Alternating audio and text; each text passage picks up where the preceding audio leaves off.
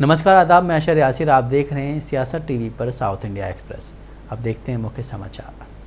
Bilkis Bano rape case में दोषियों की रिहाई पर इन दिनों जमकर राजनीति हो रही, इसे लेकर अब तेलंगाना मुख्यमंत्री केसीआर की बेटी कविता राव का बयान सामने आया है। उन्होंने कहा कि रेप और हत्या जैसे घृणित अपराध के दोषियों को आजादी के अमृत महोत्सव में छोड़ना इस पवित्र दिन को कलंकित करने वाला फैसला है, वो भी तब जबकि केंद्र सरकार ने खुद जून 2022 में केंद्र राज्य सरकारों को जो गाइडलाइन भेजी हैं उनमें बलात्कारियों और आजीवन कारावास पाए दोषियों को क्षमादान के योग्य नहीं माना गया है। कविता राव ने आगे कहा कि 5 माह की गर्भवती बिल्किस बानो के बलात्कारियों और उनकी 3 साल की बच्ची के हत्यारों की सजा माफ कर गुजरात की बीजेपी सरकार ने अपराध करने वालों की सोच को बढ़ावा देने का काम किया है। ये कानून और न्याय की भावना के और मानवता के खिलाफ है। साथ ही उन्होंने कहा कि एक महिला होने के नाते वो बिल्किस बानो के दर्द और भय को महसूस कर सकती हैं और जिस तरह से जेल से छूट कर आने पर बलात्कारियों और हत्यारों का सम्मान किया गया वो सभ्य समाज के मुंह पर तमाचा है। इस खतरनाक परंपरा को शुरुआत में ही रोकना जरूरी है।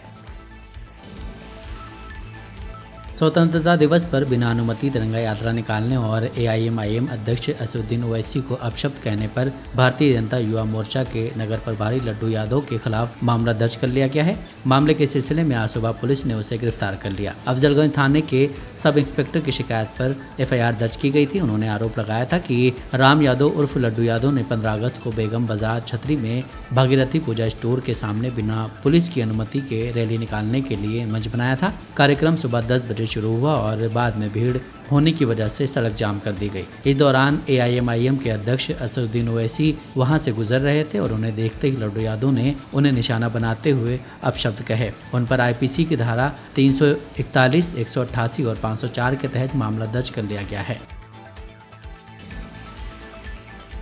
हैदराबाद में stand up comedian Munawar Faruqui के शो पर एक बार फिर बवाल शुरू हो गया है। दरअसल बीजेपी विधायक ने मुनव्वर के शो के खिलाफ धमकी जारी है। मुनव्वर ने घोषणा की है कि 20 अगस्त को हैदराबाद में स्टैंड अप कॉमेडी शो करेंगे। वो शो साइबराबाद के HICC कन्वेंशन सेंटर में होगा। साथ ही आपको बता दें कि इससे पहले भी उनका हैदराबाद का शो धमकी के चलते कैंसिल कर दिया गया था। अब एक बार फिर बीजेपी विधायक टी राजा सिंह ने तेलंगाना सरकार और पुलिस विभाग से अपील की है कि वो वहाँ मुनव्वर के शो को परमिशन नहीं मिलनी चाहिए। राजा सिंह ने कहा कि शो का टिकट हमारे कार्यकर्ता खरीदेंगे और आपको क्या करना है आपको मालूम है। तुम्हारे भगवान भगवान है और हमारे भगवान नहीं है क्या। राजा सिंह ने कहा है कि कॉमेडियन ने हिंदू देवी देवताओं पर मजाक उड़ाया था। अगर उन्हें हैदराबाद में शो के लिए आमंत्रित किया गया तो जहां भी कार्यक्रम होगा हम उसकी पिटाई करेंगे। इस बीच शहर के मुस्लिम एक्टिविस्ट कसफ ने इस शो का स्वागत किया है। उन्होंने कहा कि हम हैदराबाद में प्रस्तुत देने के लिए अपने भाई मुनव्वर फारूकी का स्वागत करते हैं। हम उन्हें विश्वास दिलाते हैं कि हमारे पास शांति, प्रेम और विविधता के शहर हैदराबाद से प्यार और सम्मान के साथ अच्छी कानून और व्यवस्था है।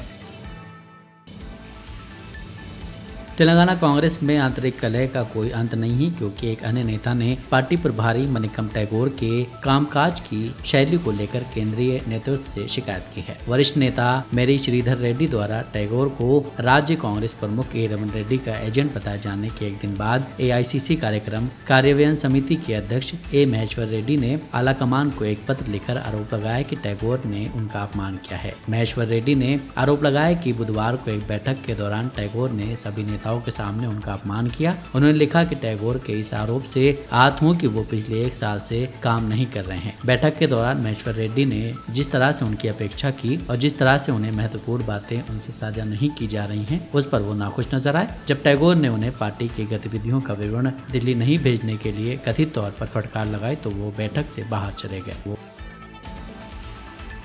तेलंगाना विधान परिषद के अध्यक्ष गुट्टा सुखेंद्र रेड्डी ने कहा कि भाजपा और कांग्रेस पार्टी के सत्ता में आने की कोई संभावना नहीं है। उन्होंने चेतावनी दी कि अगर तेलंगाना के लोग भाजपा को सत्ता देते हैं तो उनका स्वाभिमान खो सकता है। उन्होंने नलगोंडा में अपने आवास पर मीडिया से बात की और अपनी नाराजगी व्यक्त की कि बीजेपी ने तेलंगाना के विकास को कम करने के लिए अपना अभियान शुरू कर दिया। उन्होंने आलोचना की कि दिल्ली से आने वाले नेता यहाँ भाजपा नेताओं के साथ खिलवाड़ कर रहे हैं। गुट्टा सुखेंद्र रेड्डी ने कहा कि उपचुनाव लोगों की इच्छा से नहीं बल्कि राजगोपाल रेड्डी के अहंकार की वजह से आया है। उन्होंने कहा कि राजगोपाल भाजपा के हाथ का मोहरा बन गए हैं। परिषद अध्यक्ष ने कहा कि मुनगोडे की जनता भाजपा को करारा जवाब देगी।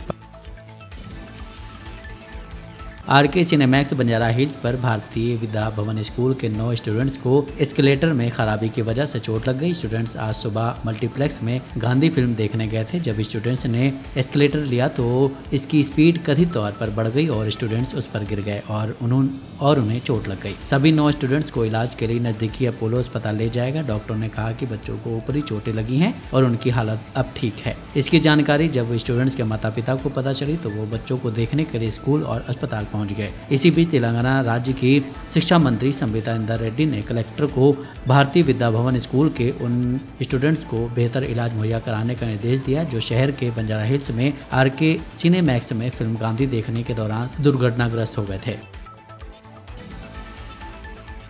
तेलंगाना में कोविड-19 के 507 नए मामले सामने आए, जिससे अब तक संक्रमित हुए लोगों की संख्या बढ़कर 8,30,380 हो गई। हैदराबाद में सबसे ज्यादा 205 नए मामले सामने आए हैं। स्वास्थ्य विभाग के बुलेटिन के मुताबिक पिछले 24 घंटों में 605 मरीजों के ठीक होने से अब तक ठीक हो चुके लोगों की संख्या बढ़कर 8,23,272 हो गई है। राज्य में मरीजों के ठीक होने की दर 99.14% दर्ज की गई है। बुलेटिन में कहा गया है कि पिछले एक दिन में किसी की मौत न होने से मरने वालों की संख्या 4,111 पर बनी हुई है। वहीं राज्य में कोविड-19 का इलाज कराए मरीजों की संख्या 2,997 है।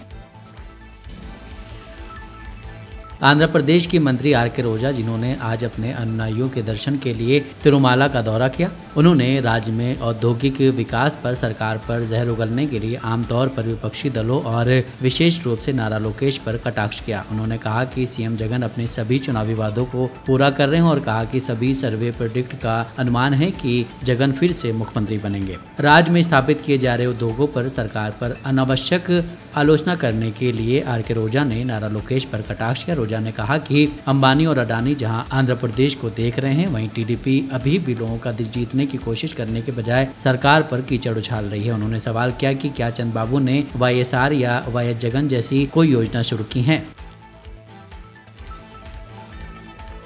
मद्रास हाईकोर्ट फैसले के बाद अब ओ पनीरसेल्वम ने एआईएडीएमके गुटों से एकता बनाए रखने की मांग की है। उनका यह बयान ई पलानीस्वामी को कोर्ट से बड़ा झटका लगने के बाद आया है। उन्होंने कहा कि एआईएडीएमके का दोहरा नेतृत्व, जिसे कोर्ट ने बुधवार को बहाल किया, उसे जारी रहना चाहिए। दरअसल तमिलनाडु के पूर्व मुख्यमंत्री ई पलानीस्वामी को मद्रास हाईकोर्ट से बड़ा झटका लगा है। बीते दिन यानी 17 अगस्त को कोर्ट ने पलानीस्वामी की एआईएडीएमके के महासचिव के तौर पर नियुक्ति को अयोग्य करार दिया था। उसे लेकर पार्टी के नेता ओ पनीरसेल्वम ने ही हाईकोर्ट का रुख किया था और आज उन्होंने पलानीस्वामी को अपने प्रिय भाई के रूप में संबोधित किया। ओ पनीरसेल्वम, जिन्हें ओपीएस के नाम से जाना जाता है, उन्होंने पलानीस्वामी से मेल मिलाप की अपील की। अदालत के आदेश के बाद ईपीएस गुट की अपील के बारे में पूछे जाने पर उन्होंने कहा कि एआईएडीएमके के 1.5 करोड़ कार्यकर्ता एकता चाहते हैं। तमिलनाडु में कोरोना वायरस संक्रमण के 649 नए मामले सामने हैं, जिसके बाद से राज्य में संक्रमितों की कुल संख्या बढ़कर 35,60,810 हो गई। एक स्वास्थ्य बुलेटिन में जानकारी दी गई है। बुलेटिन के मुताबिक पिछले एक दिन में राज्य में कोई मौत न होने से मरने वालों की संख्या 38,033 पर बनी हुई है। साथ ही पिछले 24 घंटों में कोविड-19 से 906 लोगों के ठीक होने से राज्य में ठीक हो गए लोगों की संख्या बढ़कर 35,16,146 हो गई है। वहीं बुलेटिन के मुताबिक तमिलनाडु में कोविड-19 का इलाज करा रहे मरीजों की संख्या 6,631 हो गई है। साउथ इंडिया एक्सप्रेस यहीं समाप्त होता है। मुझे दें इजाज़त। बाकी खबरों के लिए आप बने रहें सियासत टीवी के साथ।